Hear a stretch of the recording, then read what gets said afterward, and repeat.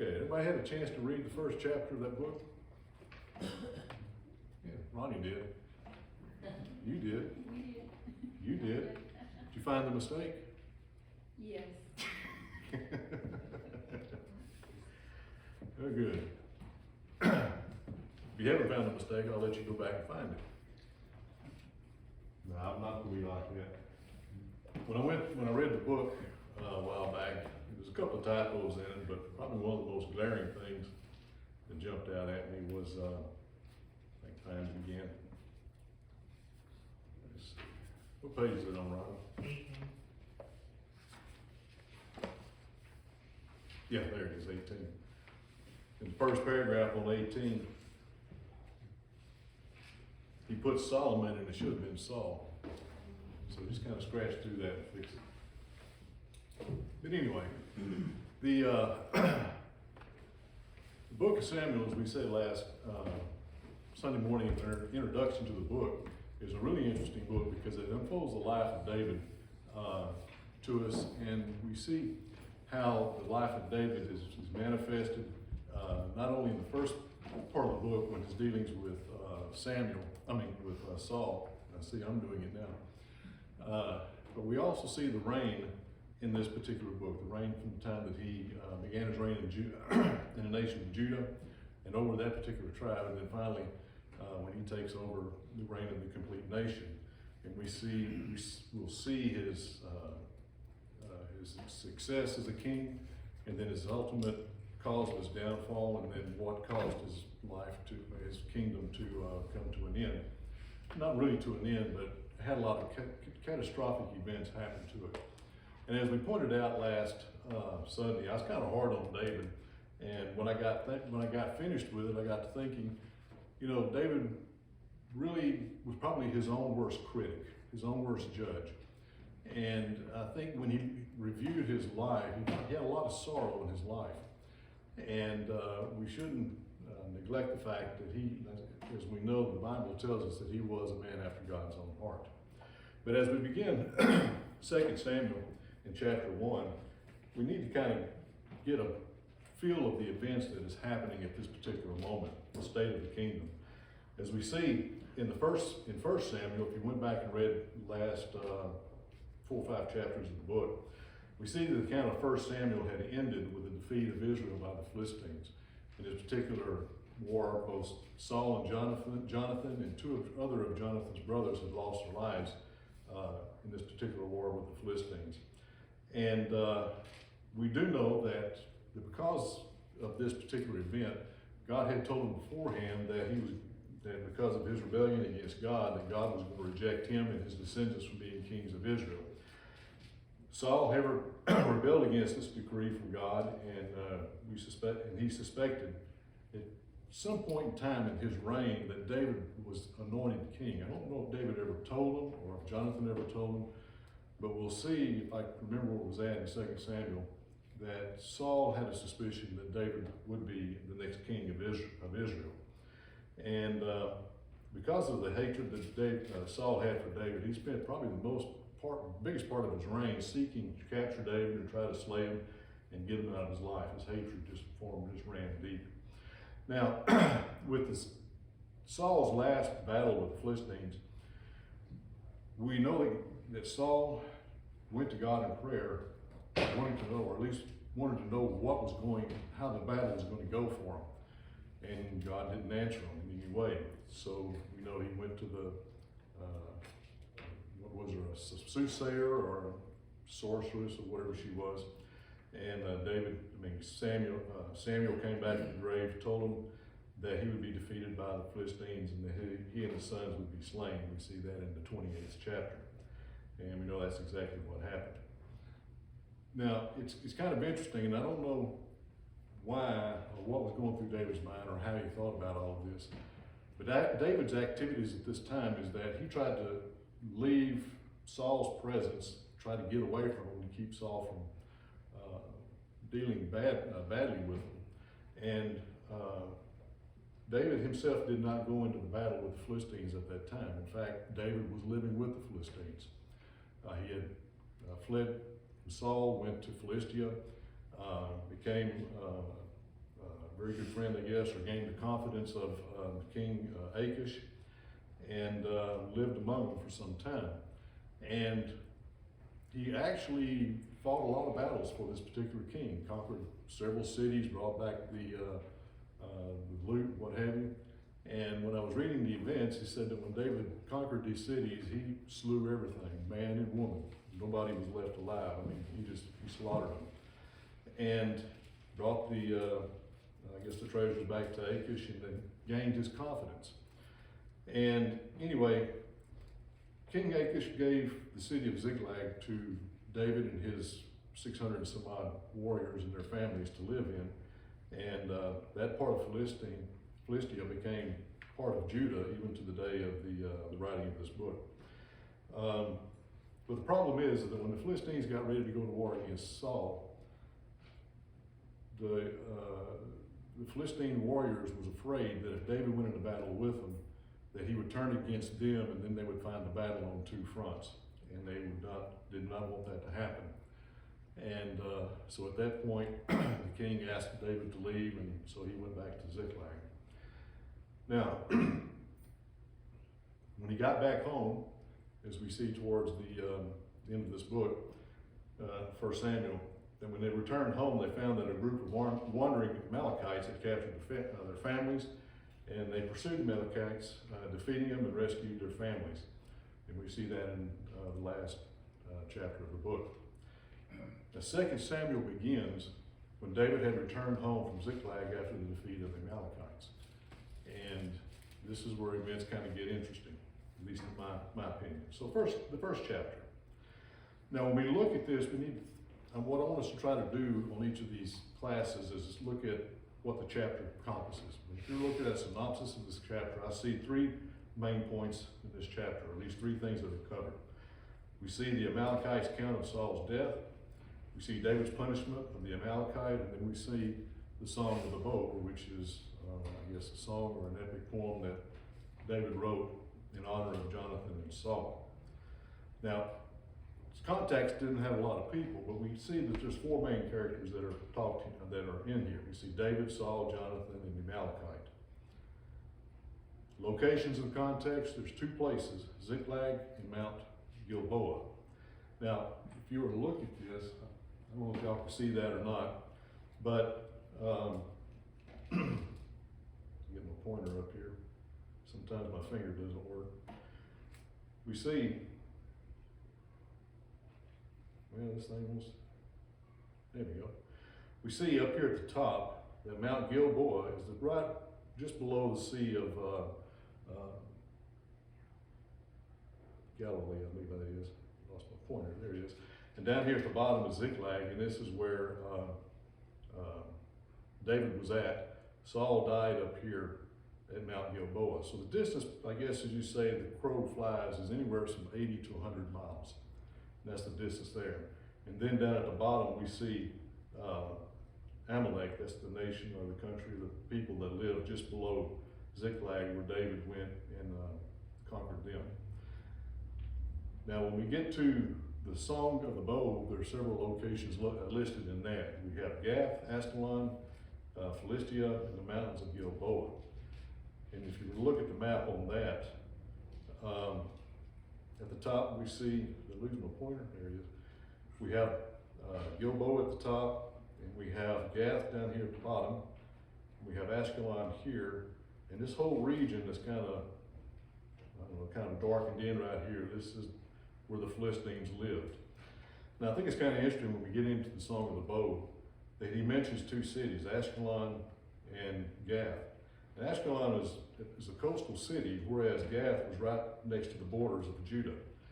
And when he starts saying, don't proclaim it in the streets of Askelon, don't do this over in Gath, I think what he's making an analysis here is that don't let the nation as a whole of Philistia, or the Philistines, sing this song, and the ladies laugh and triumph of our calamities. But those are the locations that we see in this particular part. So in David's sorrow, let me get rid of that thing. We see make sure I got that right, okay. We see several things here. We see David's attitude. We see that there's often a conflict. I'm sorry. Back to the chapter. We saw that there were 3 points in the synopsis of the chapter, and this is how those 3 points kind of lay out to us. We see the report of Saul's death. David makes sure of that report of the Amalekite story of Saul's death, David's reaction to the news, and the execution of the Amalekite and the song of the bow. So let's take a look at this. I'll get over to my notes. In the first 4 verses, we have a report that was brought to David concerning Saul's death and that of his son Jonathan. We see that on the 3rd day, news came concerning Saul's battle with the Philistines, and that that the people had fled the battle, and many had died, and Saul and his son both were dead.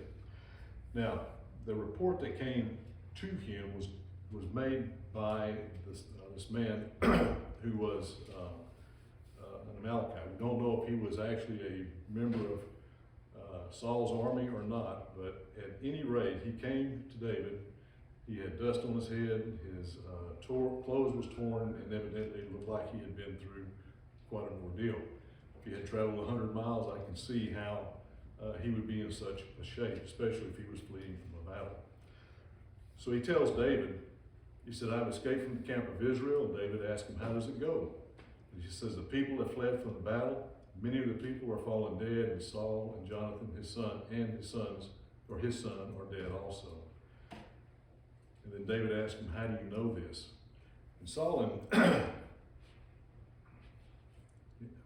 the young man told him, he said, I happened by chance. And this account, I think, is kind of interesting. We're going to look at this in just a minute.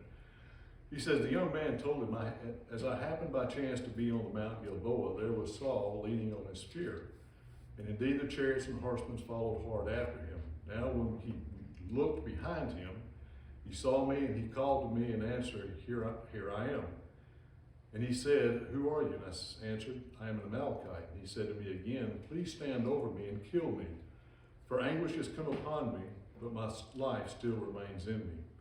And he said, I stood over him and killed him, because I was sure that he could not live after he had fallen.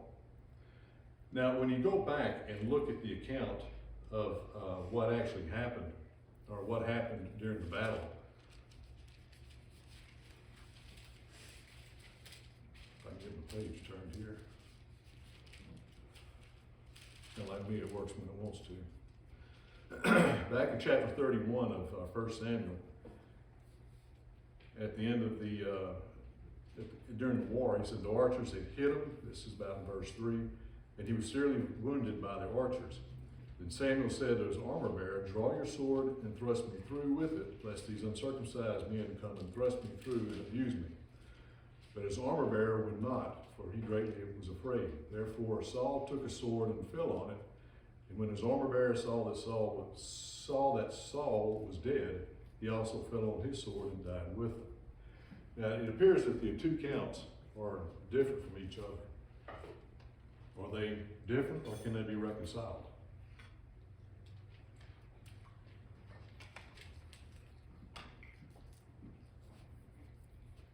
I think the accounts, you can either go both ways with this. The Amalekite could have came to David with the anticipation that if I bring David good news about the death of Saul, he'll reward me and I'll be gaining from it.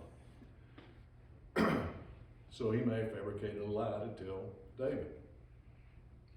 But if you look at the account, and I kind of got to thinking about this, so I went back and looked at Josephus this afternoon. And Josephus paints it a little bit different. And when I got to looking at what he had said, I began to see a little bit different picture of this. And it kind of stuck in my mind, because last night we were finishing up watching a show called Merlin. And we see where King Arthur got stabbed with a sword, and 2 days later he was still struggling to try to live. And so I got thinking about this. What if the events up till 1 Samuel chapter 31 and verse 5 are true? He was shot with arrows, and then he saw that his end was near, so he drew his sword fell upon it. But if he had his armor on, the sword might not have went all the way through, or it might have just wounded him to the point where he was just still hanging on to life. And when this Amalekite came up to him, and he said he saw Saul leaning on his spear, it could be that Saul was still struggling for life, hanging on to his spear. And when he said that anguish remains in me, life still remains in me, I'm in anguish. Take the sword and kill me and be done with this. And so had compassion on him, killed him, put him out of his misery.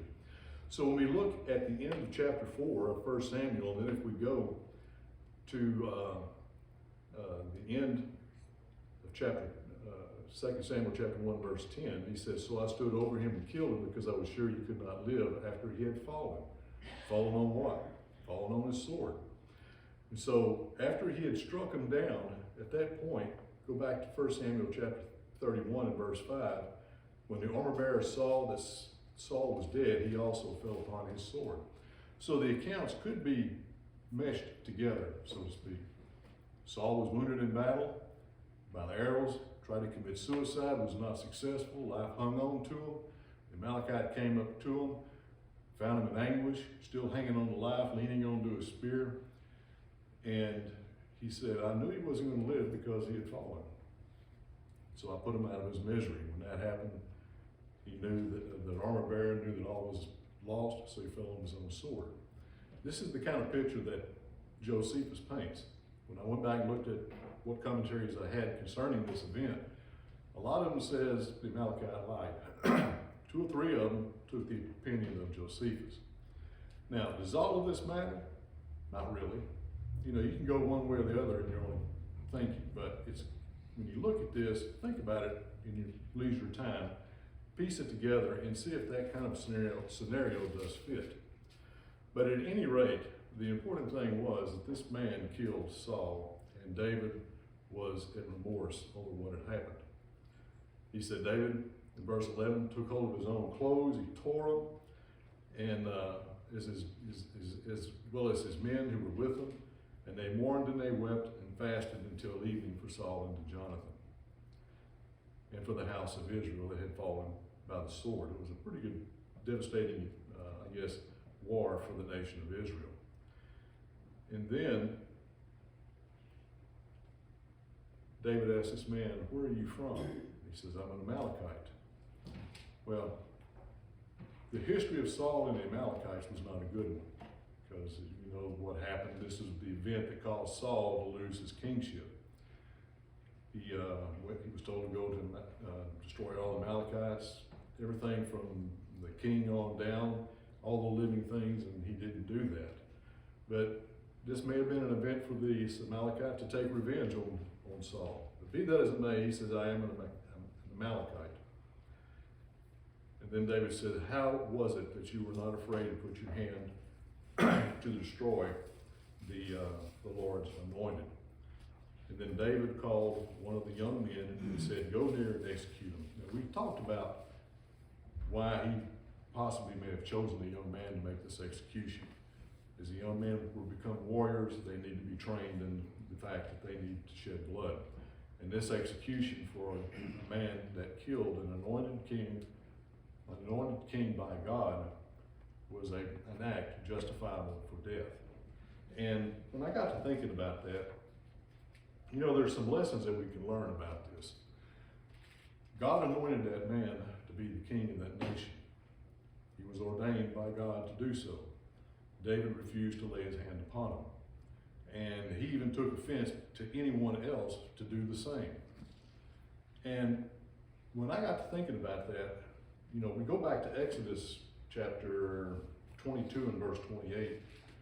The law and Moses said, you do not speak against the leader of your people.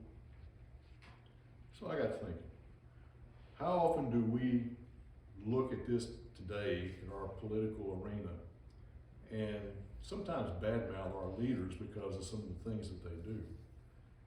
We shouldn't do that. I think that, you know, the governing authorities that we have are appointed by God.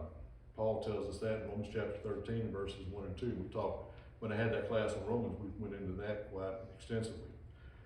But those who resist and bring judgment, I think, upon themselves. They may not lead the way we want them to lead, but we have to understand that these people are ordained by God. And I think that if we disobey the authorities in that respect, that we're going against God's ordained people and possibly put ourselves in the same position as Malachi did. And that's something that we need to think about and be aware of. We should never try to overthrow the government in any way, shape, or form. We should not go against their rules. But there's only one exception, is that when that government demands that we go against what God wants us to do as Christians in Christianity. Acts chapter 5, verse 29 tells us that we are to obey God rather than man. And so that's the only exception to that particular rule. I think that we as Christians can live quietly and peaceably in this land. In fact, Paul tells us that we should pray for such things. There's no country in this world that is righteous, and there's no country that has a higher moral compass than the others, because we're all guilty of something.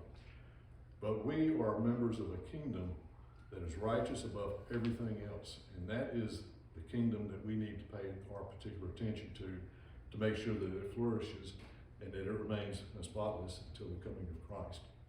So with that said and done, I don't get involved in politics, because when it does, it gets me riled up, and I get riled up, I start getting angry. And when I start getting angry, then I start finding myself with a lot of animosity towards our leaders, and I begin to ask myself, what value is that to me? No value whatsoever. But it does put me in a position I could find myself in harm's way. So David said unto him, your blood is on your own head, for by your own mouth you testified against you, saying, I have killed the Lord's anointed. Now, after he'd taken care of the situation, he says, then David was laminated with this lamentation over Saul and over Jonathan, his son. So I got a case of the cottonmouth tonight. And so he wrote I guess it's an epic poem of some sort, in praise and honor of Saul and of Jonathan. And he says that this should be taught to the people of Judah, the song of the bow. Indeed, it is written in the book of Jasher. Now, the book of Jasher, we don't know anything about it, other than the fact that it's mentioned over in Judges. And I think there's some spurious book out there that claims to be the book of Jasher, but we just don't know. But I think when we consider that, it's not really important to us. In my opinion, the book of Jasher may have been a book that contained historical events of the nation of Israel that had no religious significance whatsoever. Just because the fact that the Bible mentions it does not mean that it should be part of the canon. Now, our Mormon friends will point to this and say, book of Jasher, it's not in the Bible, therefore it's lost. The Bible's corrupt. That's why you need the Book of Mormon, because it supplies the things that are missing out of the Bible.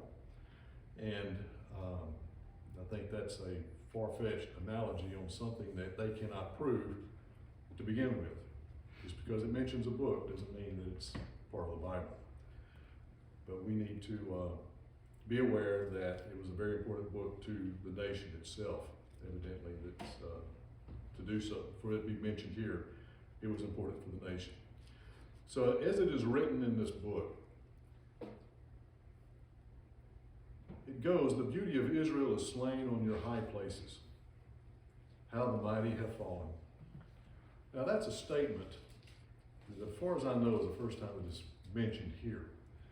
But through the ages, people have used this and twisted it to mean a derogatory sense. Like I showed Merlin, there was this bad person on there. They just said, oh, how the mighty have fallen. And it's derision. But David is using it here as a sense of honor. He says, the beauty of Israel is slain in our high places. How the mighty have fallen. In other words, the strength and the might of the nation of Israel is encompassed in Saul and in Jonathan. The beauty of Israel, they have been slain, and they have been slain in the high places of the nation. And they have fallen. It was not a inglorious fall, but it was a fall that was great loss to the nation of Israel. That's what he was saying. Tell it not in Gath, proclaim it not in the streets of Ashkelon. We saw where they were located on the map. He says, don't proclaim them in these two particular cities. And I think that's the kind of the width from the start of the sea to the beginning of our nation. Don't let Philistia be able to allow their daughters in their nation to rejoice in triumph that they have beaten the children of God. Don't let this happen. Don't teach them this song so that they can praise them themselves to their own glory. He says, because the greatness of this nation has fallen, our might has fallen. We don't need for them to triumph. The mountains of Gilboa, let there be no dew nor rain upon you, nor fields of offerings, or the shield of the mighty is cast away there. The shield of Saul, not anointed with oil. Now, when we look at the mountains of Gilboa, what David is saying in this particular part is that the mighty leaders and the mighty warriors of our nation has fallen. And they've fallen on Mount Gilboa. And he's, I guess, in this particular song is making an appeal to God to let nothing be able to grow there on that mountain. Don't let the rain fall. Don't let the dew gather. Don't let anything that would allow the fields to grow and produce food that could be used to gather for an offering to whoever may be there, because this is where the nation of Israel lost their glory. And for the shield of the mighty is cast away there, the shield of Saul not anointed with oil. In other words, when the nation goes out to battle and they come back into their hometown, they usually clean themselves up, they polish their shields, they come in gloriously. It's kind of like the ticker tape parades that we saw after World War II. People were rejoicing. This is not the case. The mighty fell on this mountain, and now the shield of Saul was not anointed, but rather it was cast away as something as refuse.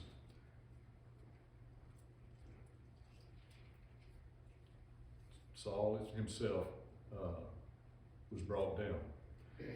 He says, from the blood of the slain, from the fat of the mighty, the bow of Jonathan did not turn back, and the sword of Saul did not return empty.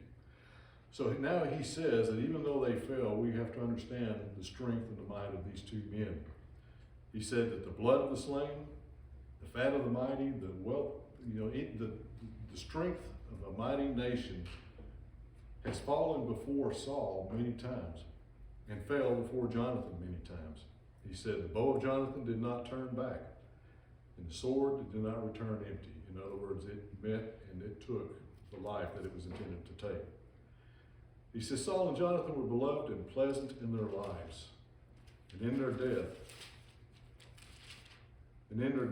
they were not divided. They were pleasant, they were loved when they lived. Now you got to think, was Saul actually loved in his life with the animosity and hatred that he had towards David? Well, the people of nations still liked Saul. They supported him. They welcomed him. They understood what he was there for. Even though he had his issues, he still ruled as king, and he still tried to the best of his ability to take care of the kingdom. He says in their death, they were not divided. They stood together and they fought together, even though Saul may have had animosity, had issues with Jonathan, as Jonathan, with his love towards David. They may have had issues there, and they probably butted heads many times. When they stood in battle, they were undivided. They were united in what they had to do. He said they were swifter than eagles and stronger than lions. That illustrates the strength and the agility of these two men when they were on the field of battle. And then he turns his attention to the daughters of Israel. He says, weep over Saul. And here's the reason why. Because Saul was the one who clothed you in scarlet. He clothed you with luxury.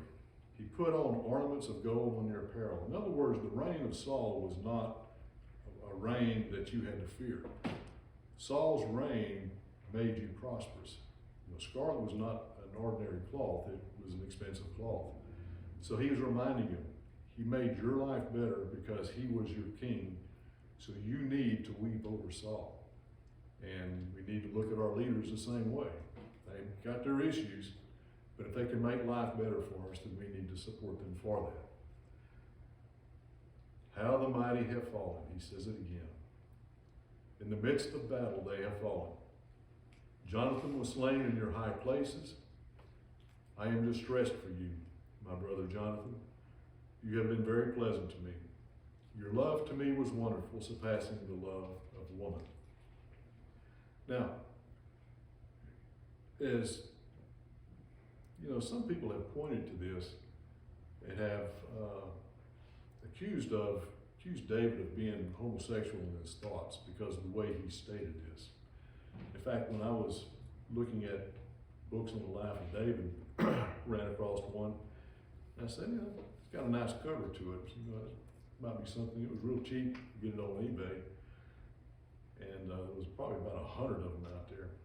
So I started reading the reviews, and the reviews I was reading was that this guy is a secular historian that did not have a use for God and was painting David as a homosexual.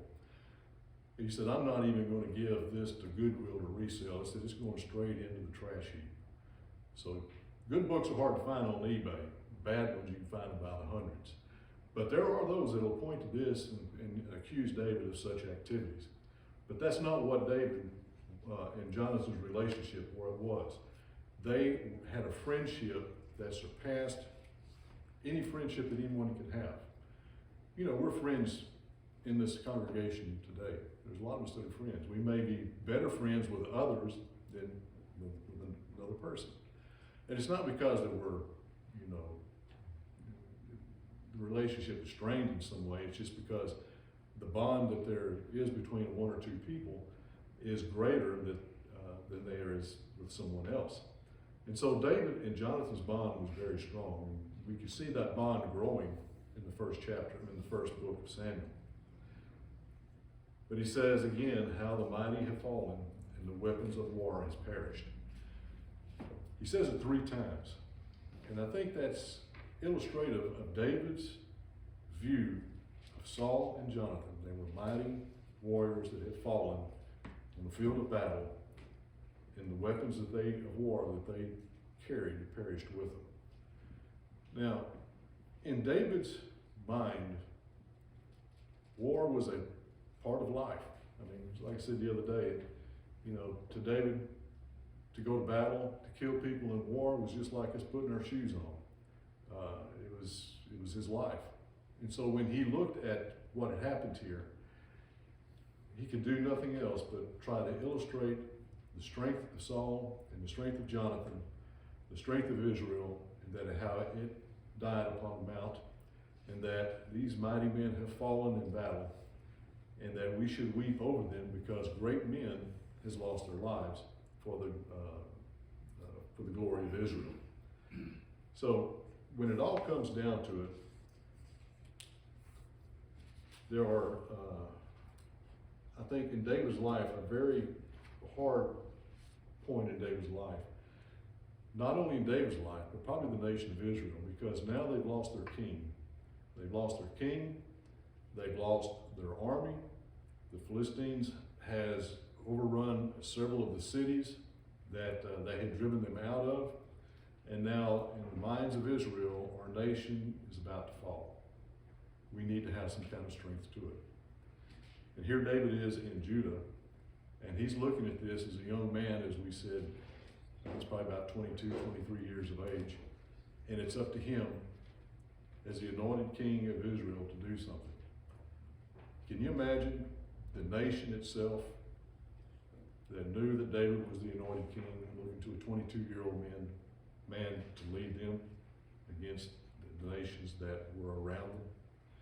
So now we see the struggle that Israel is in. And this is a struggle that begins actually with civil war among themselves.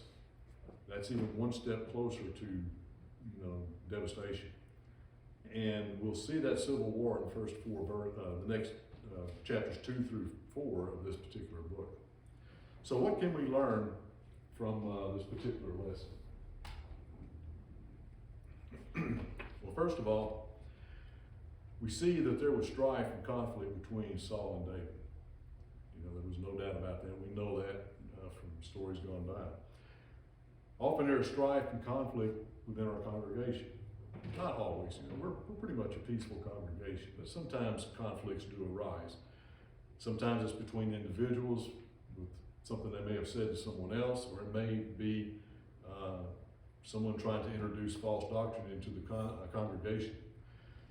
But the resulting conflict may lead to bitterness and strife between members, and this will divide and destroy a congregation. It will just divide and destroy families when it happens within the family itself. So we should look at this as David looked at it. Saul had conflict with David, and David fled from Saul's presence to try to avoid Saul having to take David's life. But we should always endeavor to stand for the truth and seek for peace and reconciliation and to resolve the problem. If we can't resolve the problem within ourselves, then we are allowing ourselves to allow the rot of this situation to erode our soul to the point that there's anger, animosity, and hatred towards us. Worse yet, those that are outside the congregation will look at this particular conflict and they will begin to ridicule Christianity because they're saying it's not what it's all cracked up to be, because these people are fighting among themselves. And when they ridicule Christianity, they ridicule God, and there's no hope for us to be able to teach them. We have to be united. We have to be compassionate with each other and understanding and work through situations. David and Saul had their problems. I don't think they ever worked through them. But David knew that when Saul had died, the nation of Israel had lost a great leader. But I think too, David saw the other side of the coin. That if he danced in the street because his enemy Saul had been killed, then the rest of the nation would have looked at David with the same kind of ridicule and animosity towards the respected leader of the kingdom of Israel. And there would have been no uniting of the two nations.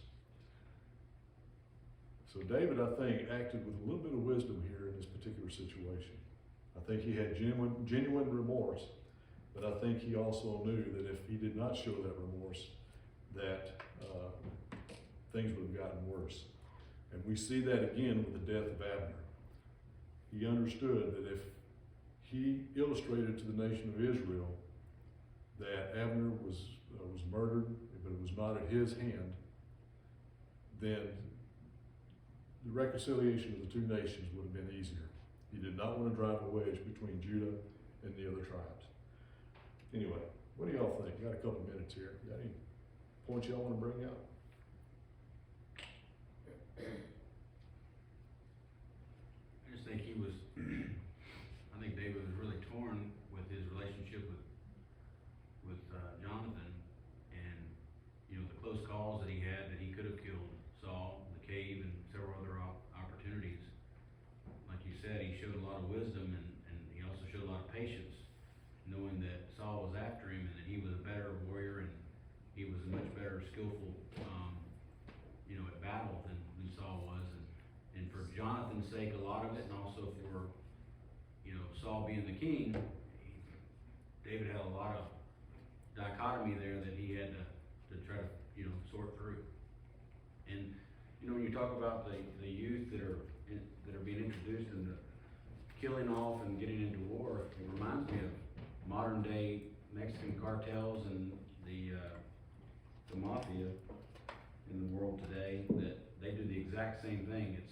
They live and die by the sword every single day, and you see kids are having to, in El Salvador, having to fight and kill their first kill in 13 or whatever it is. And it just seems like you can just see that that's happened in the beginning of time, and we still today have the exact same patterns that's going on.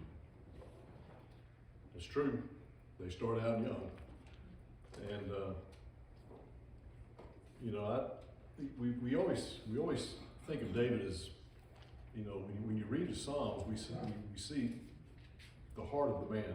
And there's so much love and devotion toward God in those Psalms. And when we look at his life, we see that what he had to live. So he was physically having to do this, but mentally, I think his love and compassion was towards God and the peace that he found with God. Anyway, thank you for your time and attention.